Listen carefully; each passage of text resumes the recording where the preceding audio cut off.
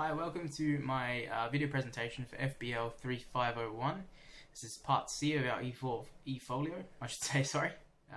My name's Shane, and I was placed at a company called Linfox Logistics. They are Australia's largest logistics supply chain solution, and they operate predominantly in the Asia Pacific region. Now, I was placed at the Hazelmere site, which is in the Guildford sort of Midland area.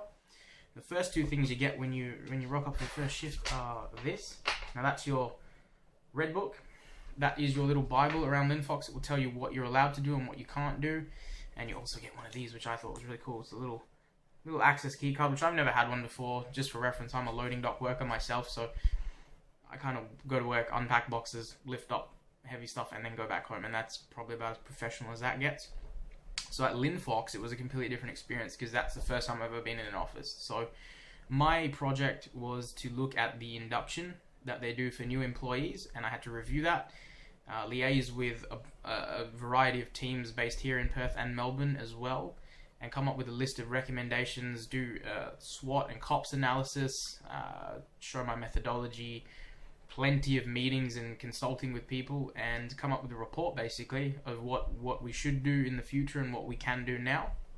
And this is that report right there. Now this is actually up on PebblePad as a Word document, or a PDF I should say.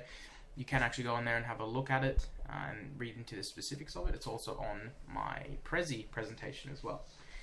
One of the main recommendations that I came up with that I was quite proud of was this. Now this is actually not the same training form, but mine is an online version of that, and that's one of the things I had to do, liaise with someone from the Melbourne HR team to come up with a booking system, because people were finding that they didn't know when their training was, and trainers were finding out they didn't know who was coming to training, so they didn't know how long they were going to go for and things like that, and it was just slowing the process down. So very proud of that. And another thing I had to come up with was this. Now this was mainly Rebecca's work from the HR team. I just went over it and reviewed it. That is the Linfox Information Starter Pack that we are going to introduce and give to new employees now. So that stuff is, I guess, I guess you could say the technical skills part of the unit. But for me, the biggest